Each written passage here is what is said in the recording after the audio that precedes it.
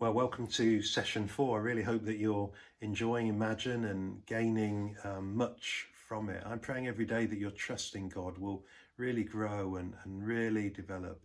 It's exciting to consider as you study and learn to trust God what amazing plans and purposes He may well have in store for you. Consider this for a moment. Before the beginning of time, He had His eye on you. He had plans and purposes for your life that only you can fulfill. That's so exciting. So this week, this session, we're going to look at what does trusting God with all our heart look like. We're going to look at Abraham. Abraham is known as one of the heroes of the faith. He's mentioned more than anyone else in that hall of fame that is Hebrews 11. It's easy to view his life, and conclude that he had this amazing trust in God to the point that he was willing to obey God in sacrificing Isaac, his son of promise, on the altar. However, when we look more closely at Abraham's life, we discover that he was an ordinary man, just like you and I, who struggled at times to simply trust God. At 75 years of age, Abraham followed the call of God to leave his land and his people and to trust God with his future. And yet he failed to trust God by pretending that Sarah was his sister and not his wife in Egypt. His lack of trust one day nearly caused a disaster the following day. He trusted God in allowing Lot the more fertile land when they separated in the plains of the Negev. He trusted God by giving 10% of everything he had to Melchizedek long before the law demanded a tithe. But he failed to trust him concerning the promise that he would be the father of nations, which resulted in the birth of Ishmael. He failed to trust God a second time with Abimelech, again allowing the king to presume that Sarah was his sister. He also placed his wife in a pretty awkward situation. Then he finally came good when God asked him to sacrifice his only legitimate son, Isaac, on the altar. Finally, at 99 years of age, Abraham trusted God when he told him that Sarah would have a baby and that he would be the father of nations. You can't really blame Sarah for laughing at the time. She was 90 years old. Imagine that, being told you're going to have a baby at 90. But God was true to his promise. And Paul records the great faith Abraham had in a bid to encourage us to really trust God. Romans 4 verse 18, Paul records, against all hope, Abraham in hope believed and so became the father of many nations, just as it had been said to him, so shall your offspring be. Without weakening in his faith, he faced the fact that his body was as good as dead, since he was about 100 years old, and that Sarah's womb was also dead. Yet he did not waver through unbelief regarding the promise of God, but was strengthened in his faith and gave glory to God, being fully persuaded that God had power to do what he had promised. Abraham learned to trust God deeply during his life, to trust him with all his heart, but it was a journey. But it became the basis of his faith and the foundation for his hope. Friends, we must learn to trust God more and allow that trust to become the basis for our faith, the foundation for our hope. Failure to do so will cause us to miss out on the blessings, the opportunities, the experiences that God has planned in advance just for us.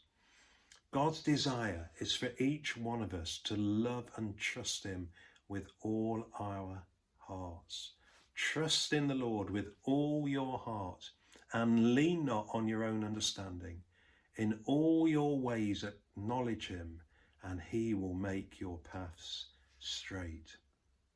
You see, God doesn't want us just to trust him. He wants us to trust him with all our hearts. John Wesley wrote this, I saw that giving even all my life to God would profit me nothing unless I gave all my heart to him. God's desire is for us to trust him completely with all our heart and for it to be an undivided heart.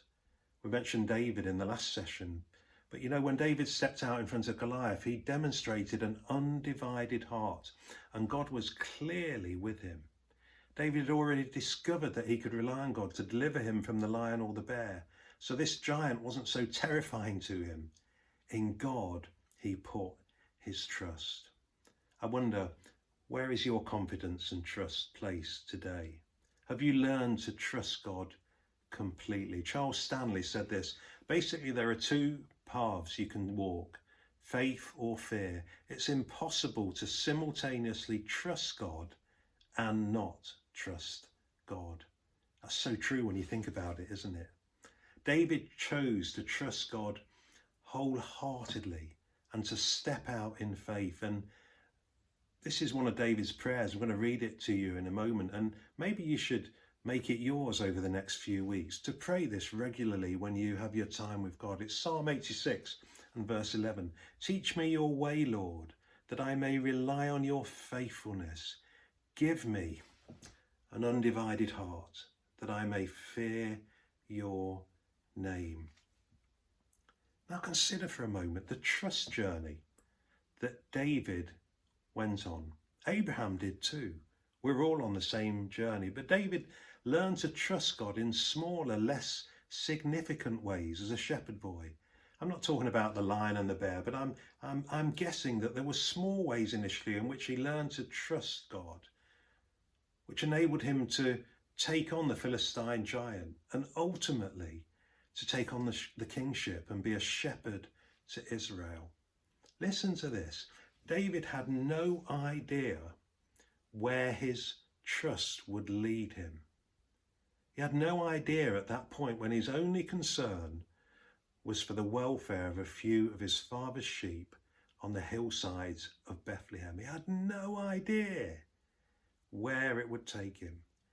And if we will embark on our own unique journeys of trust, we may well be surprised where God takes us. That's so exciting. I believe that throughout history, God has been looking for men and women and children who will simply trust him step by step, feet by feet, mile by mile, day after day, week after week, month after month, year after year. Who knows where God might take you or I if we trust him? As one of my friends used to regularly say, Lord, make me a doubt-free zone. Help me to trust you. You know, there are so many places, if you read the Old Testament, where God is reminding his people, telling his people how much he loves them, how much he cares for them, only for them to continually be drawn away by idols and heathen religions and worldly possessions and pleasures. And God's longing for them is to have undivided hearts. Ezekiel records what God said to the children of Israel. This is what the sovereign Lord says: I will gather you from the nations and bring you back from the countries where you've been scattered, and I will give you back the land of Israel again. They will return to it and remove all its vile images and detestable idols. I will give them an undivided heart and put a new spirit in them. I will remove from them their heart of stone and give them a heart of flesh. Then they will follow my decrees and be careful to keep my laws. They will be my people and I will be their God. God repeatedly exhorts his people to have undivided hearts, hearts that love him alone, that trust him alone, that seek after him alone. And like many of us today, they clearly struggle to do this, and their hearts were continually divided. They knew how they ought to live, but struggled to live this way consistently. We all struggle with that. Even people like me as pastors, we struggle to live fully for God, to live without undivided hearts. God is constantly looking for people whose hearts are completely his. 2 Chronicles 16 verse 9, for the eyes of the Lord move to and fro throughout the earth so that he may support those whose hearts are completely his. Why is God looking for those people? So he can support them and strengthen them. And you know, I've learned that when I embrace what is important to God, then my heart, your heart, is brought into alignment with his. When our hearts are completely his, then we begin to experience his incredible grace and favour upon our lives. If we're honest, I think this is where so many of us struggle to trust God.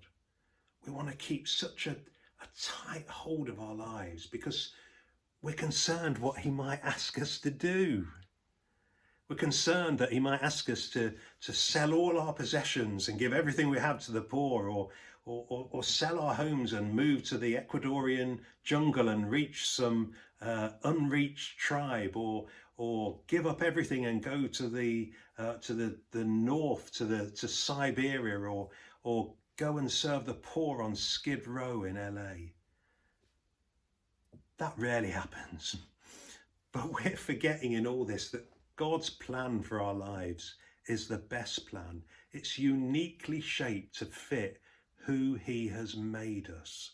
So let's trust him. Let's not miss out on anything that God has planned and purposed for us. Wholehearted trust in God is so important. It's so important, but what does it involve? I know this is one of the group study questions, so I'm not going to say too much about this, but I'll give you what I believe is the foundation of wholehearted trust, and you can discuss in more detail what it looks like. I believe the foundation of wholehearted trust is surrender and submission. You know, whenever you get in someone's car or get onto an aeroplane, you're surrendering, submitting to the driver or the pilot.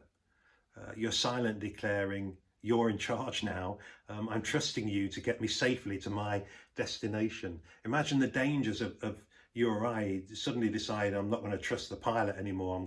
I'm trying to wrestle back the controls, or the car driver who's alongside us and trying to take the wheel, and we just wouldn't consider it, would we? A.W. Tozer says this: the essence of surrender is getting out of God's way so that he can do in us what he also wants to do through us. I'm going to read that again. I love that quote. The essence of surrender is getting out of God's way so that he can do in us what he also wants to do through us. It's actually very exciting, that. I believe that our trust in God develops as we begin to surrender and submit our lives to Christ. You know what? Many of us felt we'd done this when we first became Christians, and we might well have done. We made Jesus Christ Lord and Saviour, Lord of all. However, this is what happens as the years pass. Many of us, if we're honest, create little no-go zones that remain unsubmitted to Christ. Like my friend in the book, in the chapter of the book, we don't quite trust God to cover those areas. And when we consider that for a moment, we realise how crazy it is. Is God's CV inadequate? Is he lacking in experience or ability or power? So where do we start? I believe this life of trusting God and discovering his amazing plan for our lives commences with a recommitment to surrender and submission, to making Jesus Christ Lord of all the areas of our lives. And then it continues as a journey as he highlights those areas that we thought were surrender but actually weren't surrendered. Surrender and submission must take place on a daily, almost moment by moment, situation by situation basis. And in my experience, there's tremendous release in that. It's a good place. Gone is all the anxiety and pressure of controlling our lives, controlling our future, managing and producing results in our lives, all gone. Instead, we find an incredible sense of peace and well-being. Why? Because God is in control. And you know what? When we completely surrender our lives to God, we rarely know what his plan is. Abraham certainly didn't. I'm sure David didn't have any idea where trusting God would take him. But too many of us want to retain control. It'd be great to be able to check out the plan first, wouldn't it? And then make a decision on whether or not it meets with our approval. But God gives us no such option. He simply says, trust me and let me choose your path. Trust in the Lord with all your heart and I will make your path straight. He just says, trust me and let me choose your path. Imagine what God might do with us if, out of real trust, we are fully surrendered to him. close out with this quote again from A.W. Tozer. It is out of surrender that God can begin to use us and bless us. It's time to look at the study now.